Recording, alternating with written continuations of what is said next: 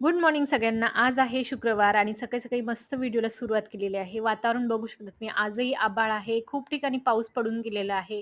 तर आज मला स्वयंपाकामध्ये बनवायची होती मस्त वांग्याची भाजी. थोडीशी झणझणीत असली ना, तर खूप छान टेस्टी लागते. आणि नागपूर साईडला प्रत्येक भाजीमध्ये टोमॅटो असतोच. तर टोमॅटोसुद्धा घेतलेला आहे. त्याच्यामध्ये कस्तुरी मेथी टाकली आणि धनेपूड टाकली ना, एकदम टेस्टी अशी सिंपल भाजी तयार होते. थोडासा अंगी रस्सा बनवलेला आहे, कारण टिफिनमध्ये सुद्धा न्यायची आहे म्हणून. त्याच्यावरती झाकण ठेवलं आणि वरून पाणी टाकलं. त्यामुळे काय होतं, वांगीसुद्धा मस्त फ्राय होतात, मसालासुद्धा मस्त उतरतो चव त्याच्यामध्ये. एकीकडे कुकर लावून दिला, कणिक भिजवून ठेवून दिली 10-15 मिनिटासाठी.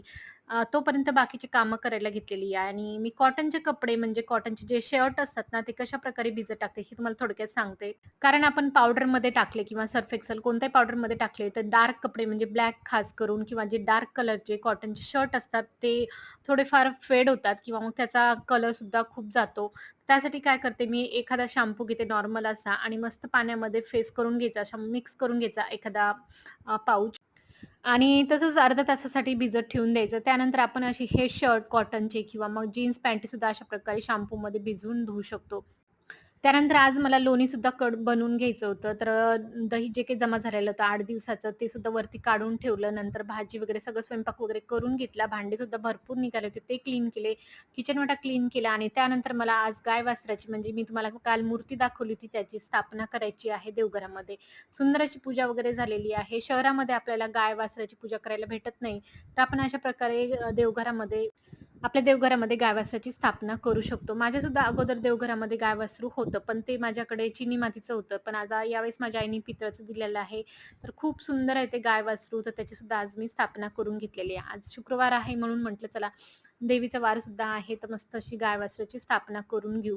साधी सिंपल अशी पूजा आहे. त्याच्यासाठी मी पंचामृत वगैरे बनवून घेतलेलं आहे. पाणी आणि पंचामृत आणि कुंकाचा, त्यानंतर अष्टगंध किंवा हळदीचा आपण अभिषेक करायचा. त्यानंतर इथे मस्त पूजा वगैरे करून घेतली. शॉर्ट व्हिडिओ सुद्धा मी टाकलेला आहे. त्यानंतर गाय-वासराची मूर्ती जी आहे देवघरामध्ये स्थापित केलेली आहे. तिला गूळ आणि गूळ शेंगदाण्याचा नैवेद्य दाखवलाय. त्यानंतर मस्त असा थोडाफार आराम केला जेवण करून आणि परत अशी माझी संध्याकाळच्या रुटीनला सुरुवात झालेली आहे. जे सकाळी मी दही काढून ठेवलं होतं फ्रिजमधून ते आता बनवायला घेतलेलं आहे. म्हणजे त्याचं लोणी बनवायला घेतलेलं आहे आणि याचा मी शॉर्ट व्हिडिओ सुद्धा टाकलेला आहे. पटकन असं घरच्या घरी लोणी कसं बनवायचं. तर याला 10 मिनिटं लागतात जास्तीत जास्त. पटकन असं आपलं लोणी तयार होतं व्हिसलच्या मदतीने केलं तर.